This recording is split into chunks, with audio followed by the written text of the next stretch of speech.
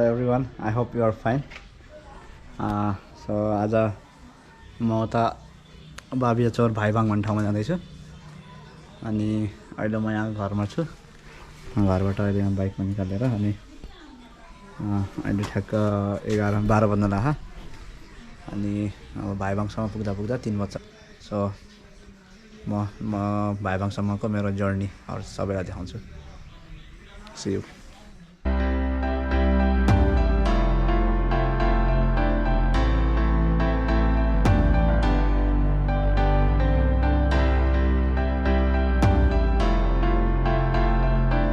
अहिले यहाँ यो घरबाट निस्केर अनि यता पोखरा हुँदै अहिले यो यमदी खोला यहाँ हेम्दो जाने बाटोमा अहिले ठ्याक्क पुगेछु।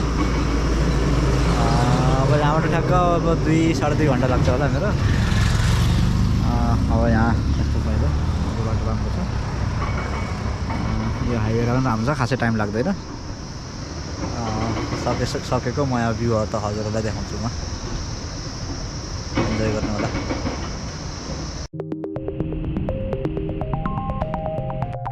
So let's start, है।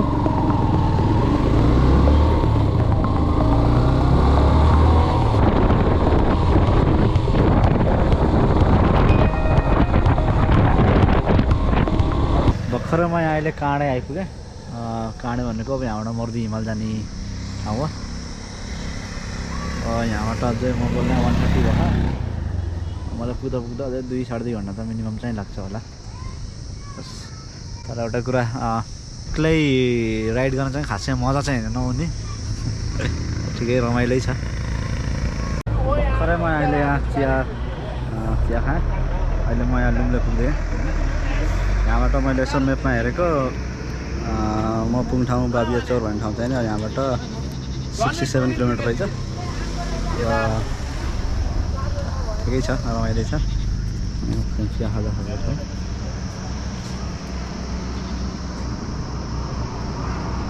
साथी भर्खरै म अहिले यहाँ कुस्मा पुगेँ।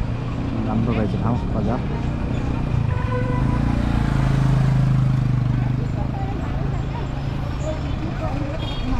भर्खरै मलाई म्यापमा हेरेको अब यहाँबाट कुस्माबाट बाबियाचौर भनेको 45 किलोमिटर छ, भनेको 1.5 घन्टाको बाटो छ अझै। अहिले 2:30 बज्छ भनेपछि म 2:30-3:30 4 बजीसम्म पुग्ने चाहिँ सम्भावना छ।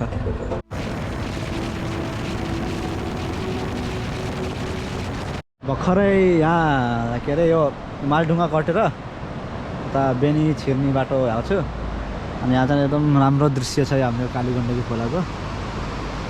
एकदम बाटो तर जस्तै रहेछ यस्तो होला जस्तो मैले लागेको थिएन। कालीगण्डकी रिभर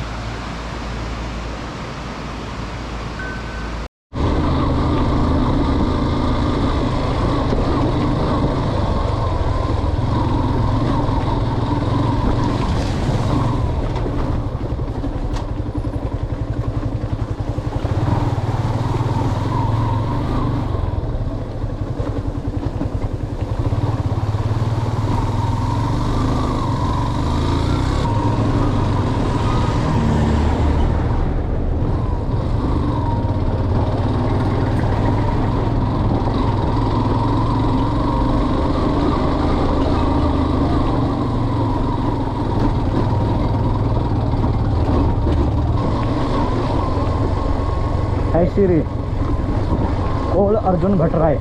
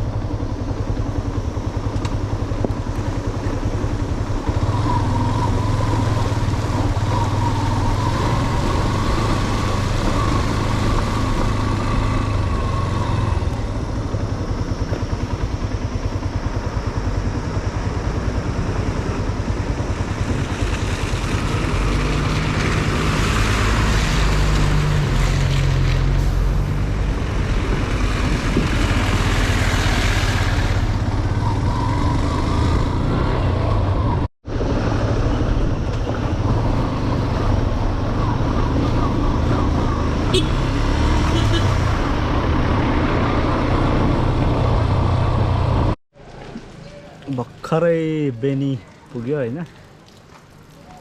अब यताबाट अब बाटो सोध्न पर्छ, अगाडिबाट कता जाने मलाई त्यो पनि थाहा छैन। अनि अब यहाँबाट धेरै होइन 20-25 मिनट चाहिँ लाग्छ भन्ने कुरा छ। अब हेरौँ कतिको टाइम लाग्छ। जस बेनीको बजार भन्छ अरे, बजार त अझै अगाडि होला, सोध्नु पर्ला। भर्खरै यहाँ बेनीको बजार पुग्यो। अब यहाँबाट बेनी यस्तो छ।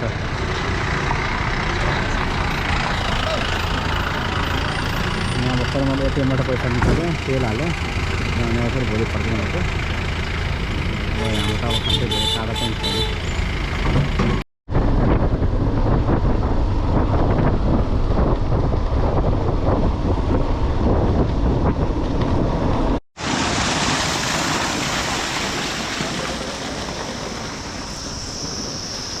अब म जान लागेको ठाउँमा पुग्नुलाई अब यहाँ म कन्फ्युज है, तल जाने कि माथि जाने भनेर सोध्दैछु भनेर। अनि अब त एकछिनमा पुगिन्छ होला।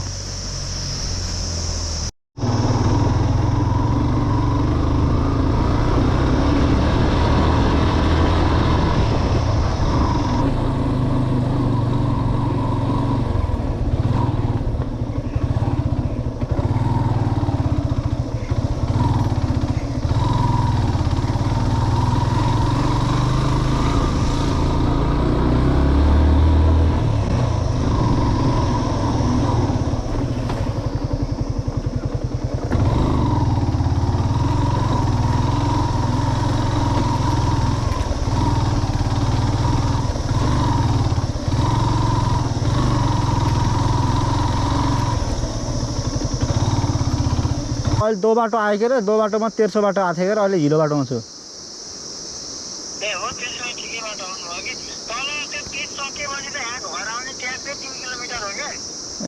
फाइनली अहिले यहाँ म भाइबाङमा पुगेँ, हाम्रो अमृतको अर्जुनको घरमा। अनि बाटो त जे होस् मेन हाइवे भन्दा गाउँको बाटो राम्रो रहेछ। अनि अमृतको भान्जी यहाँ अर्जुन। अब हामी वहाँ मर्दी हिमाल गएर हेर्ने डाँडा त यहीँ रहेछ नि यहाँ। यस यो अमृतको घर हो। यस मेरो साथी अमृतको घरको यहाँ।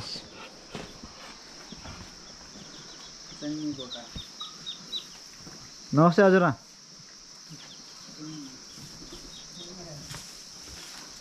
यो गोठ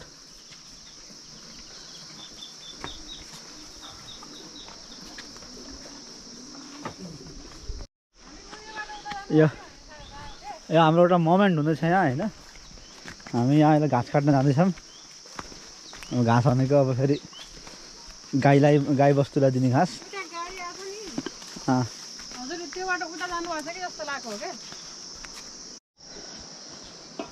मेरो ट्रिपको यो ओभरभ्यू दिनु पर्दाखेरि झन्झन नै मलाई 3.5-4 घन्टै लाग्यो, सोध्दै भुल्दै आउनाले। अनि